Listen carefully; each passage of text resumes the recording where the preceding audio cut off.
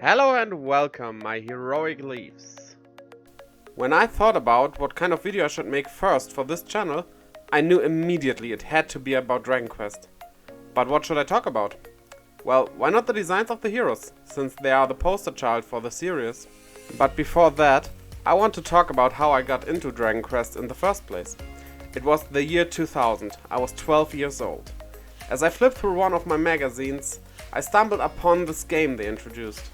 I thought, this looks kinda like Pokemon, but the monsters are way cooler. And so I wanted it. Since I had some money left, I went to my local game store and they actually had it. I went home and started playing it. And that was basically all I did for the rest of the day. I loved that game, I still do. And was it really like Pokemon? No. Sure, you fought monsters with your own monsters, but that was basically everything that's similar. The breeding mechanics were much more prominent in this game, and vastly different. The story was epic for its time and my age.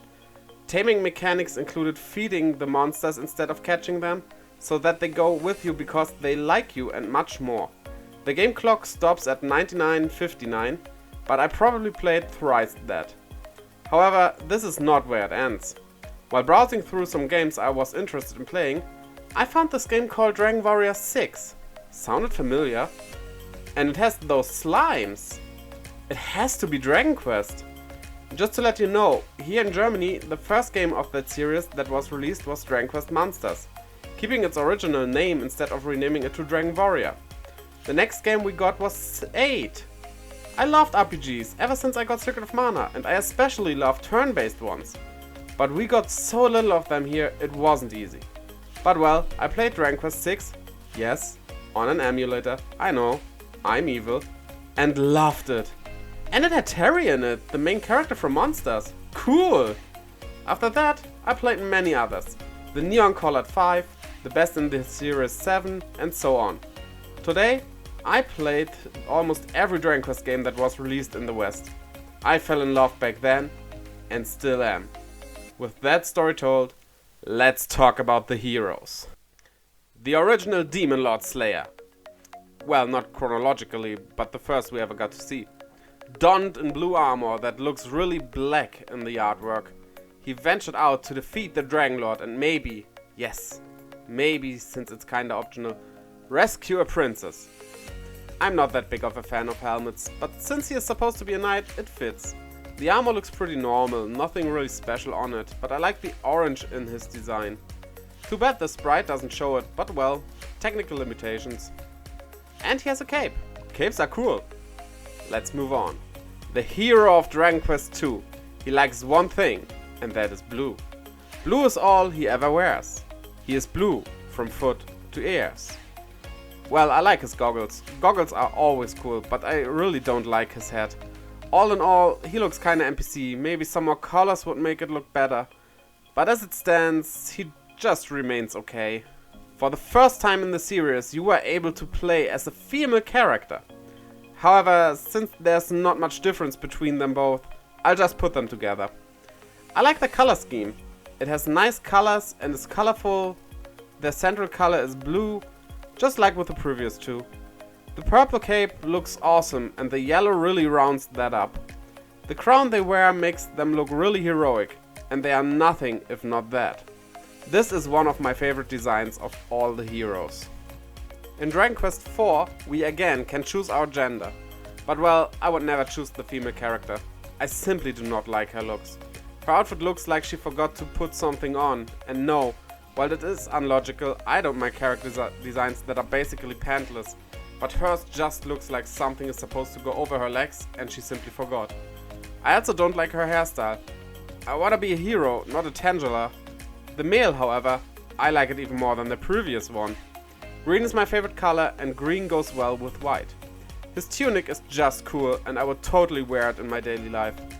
Also, his hair is far superior and looks really cool, and the crown he wears could beat up the one of the female counterpart. He is definitely top tier.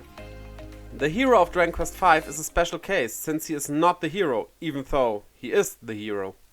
Well, he is the silent protagonist you play as, but he is actually not the chosen one. I like his design, but he looks more like a sage than a hero. But well, he is not the hero, and he might be the magically most proficient main character in the series, so it does fit him. The purple looks very magically, and the white of his tunic highlights that nicely.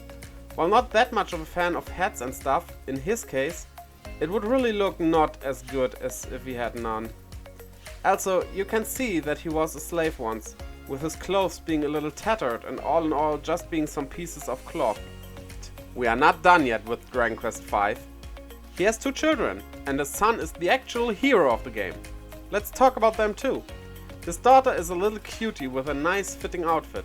I really like her tunic and the combo of white and dark purple. Also, her little ribbons are adorable. The son is more cool looking. The combination of light and dark blue works very well, and his little ponytail adds to the coolness. They both should get their own game where you play adult versions of them. I really like the hero of Dragon Quest VI.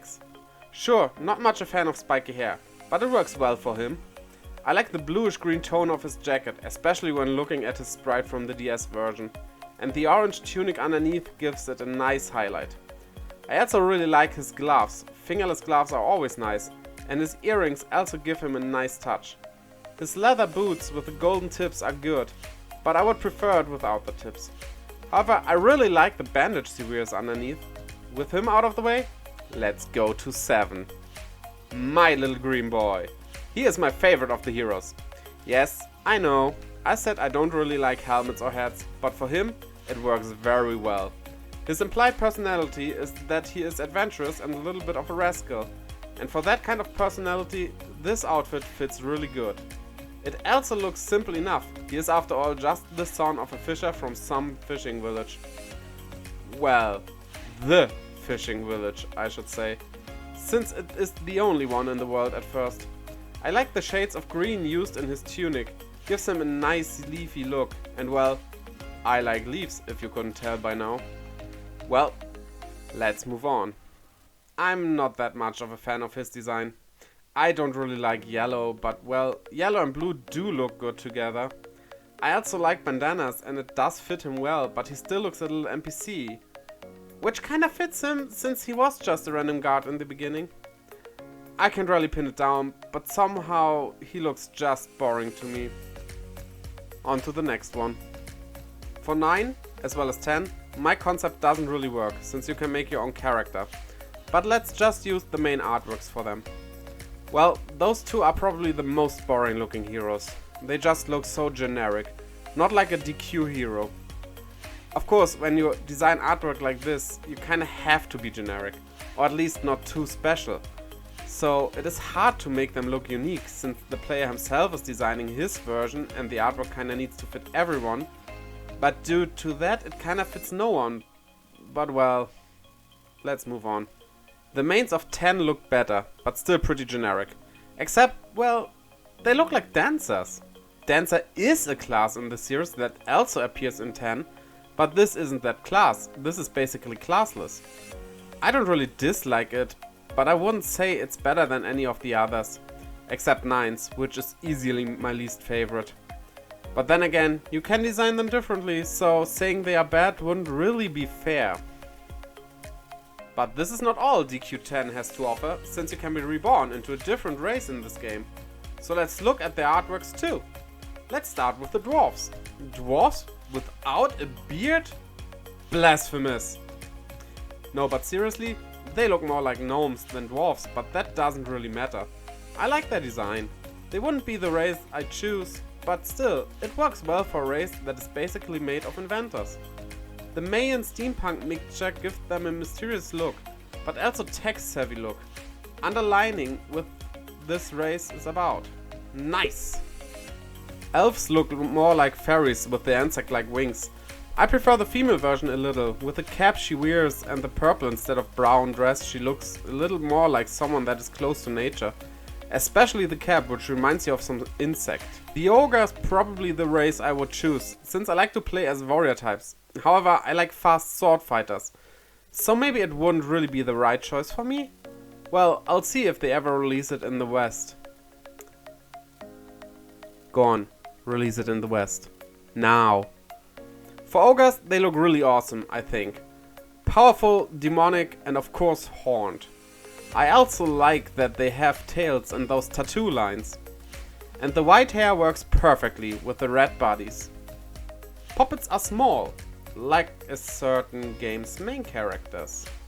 I like races like these, even though I probably wouldn't play as them. The little ones that are able to fight look like they are always happy and enjoying life. Happy little creatures. Wetwings look really good. I like the fin-like ears, the shades of blue used work well together, and for a fish-like race, they basically are what I would imagine. Okay, one more to go. I like the hero of 11. He, together with the one from 4, is my second favorite. He has the hairstyle I used to give my characters in games with character creation, even though now I go for longer, more wild hair and looks adventurous. I like the purple of his vest with the part that goes over the shoulder being reinforced. The black shirt with the long sleeves underneath works well. I always like the look of short sleeves on long sleeves. The part I don't like are his shoes, specifically the stitches on them. That looks very uncomfortable. Like a sock that doesn't sit right, where you get the seam between your toes, which is just... ugh. But everything else works. So, these were all the heroes of the main series. I hope you enjoyed it. But wait, I have a bonus for you, since I and my wife as well love these games. These are the heroes of Dragon Quest Builders. I do like the male one, would prefer him to be green though. I like tunics like his, and of course goggles! He is ready to go explore and rebuild the world. Oh well, 3 towns and a castle. His female counterpart has a nicer color, but I don't really like her hairband or whatever you would call that. The rest is basically the same. The main characters of Builders 2 have a cool western look to them. I'm missing the goggles, but I prefer him to be the one in the first game. I really like his handkerchief and his vest, as well as the book on his back. He kinda looks more like a builder this way. Same goes for the female counterpart. I really like her dress and the chosen colors as well. Now we really reached the end. I hope you enjoyed it, and don't forget to giga slash the like button and cast swoosh on the subscribe button. With that, see you next time. Bye bye!